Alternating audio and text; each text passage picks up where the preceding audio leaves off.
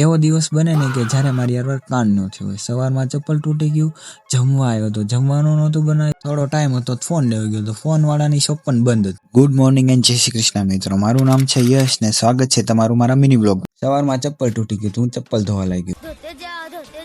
ચપ્પલને સાફ કરીને બ્રશ કરી લીધું, બ્રશ કરીને નાઈ પણ લીધું. આજે ઓફિસે મોડું થઈ ગયું એટલે જલ્દી દૂધ પીને નીકળી ગયો ઓફિસે જવા.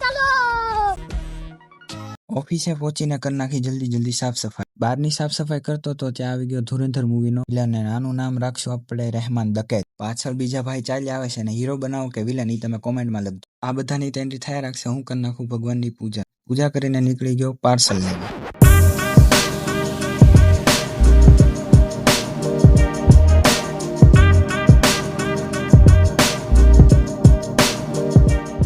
પાર્સલ ઓફિસે પહોંચાડીને વાગી ગયો તો ઘડિયાળમાં 1:30 ને હું નીકળી ગયો ઘરે જમવા આવ્યો તો ખબર પડી કે આજે જમવાનું બન્યું નહોતું. હું નીકળી ગયો ફોન લેવા આવ્યો તો ખબર પડી શોપ તો બંધ છે. પહોંચીને જોયું તો ઘડિયાળમાં વાગી ગયા હતા 3 એટલે મને જલ્દી ભૂખ લાગી તો હવે હું જમી લઉં.